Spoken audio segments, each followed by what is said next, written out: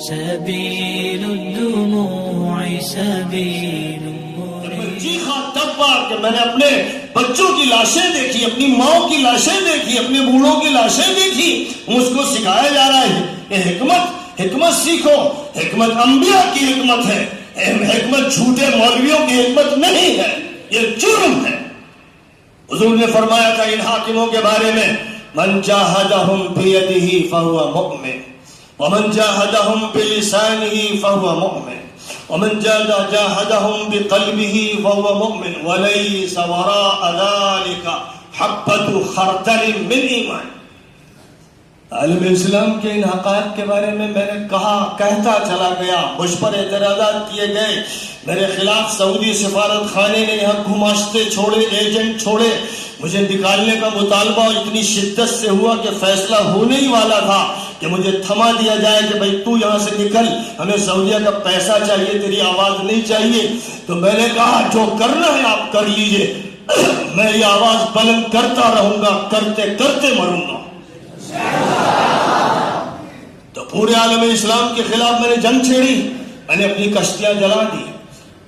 مجھے سعودیہ سے کچھ نہیں چاہیے، امارات سے کچھ نہیں چاہیے، کویت سے کچھ نہیں چاہیے، کسی ملک سے کچھ نہیں چاہیے، اور مجھے نہ قریب سے چاہیے نہ بعید سے چاہیے. اللہ تعالیٰ نے مجھے اپنے فضل سے اپنا بنا لیا ہے. اب کسی کو برا لگتا ہے تو میں کیا کروں؟ اللہ نے میرے دل کو مال کی محبت سے اپنے فضل سے خالی کر دیا ہے، عہدے اور منصب کی محبت سے خالی کر دیا ہے. جو یہ کہہ رہا ہے خاندان کی لڑائی، جھوٹ بول رہا ہے. حضرت مولانا محمد رابع حسینی ندوی میرے ماموں ہیں، محبوب ماموں ہیں، میرے استاد ہیں، میرے شیخ ہیں، میرے بزرگ ہیں. میں ان کی بے انتہا قدر کرتا ہوں اور یہی چاہتا ہوں کہ قدر کرتے کرتے، احترام کرتے کرتے میں دنیا سے رخصت ہوں.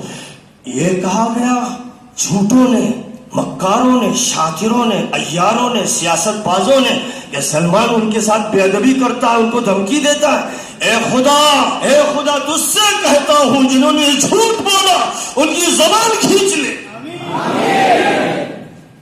جو میرا بزرگ ہے، بزرگ جس کا میں احترام کرتا ہوں، لیکن افسوس کہ مولانا کو کمرے میں بند کر کے باہر پولیس بٹھا دی گئی اور ایسی صورتحال بنائی گئی کہ یہ پروپیگنڈا چل سکے کہ انہیں کوئی خطرہ نہیں، یہ صرف جھوٹ ہے اور فراڈ ہے، اور ان کے ساتھ کوئی بھی ٹکراؤ نہیں، ہرگز نہیں.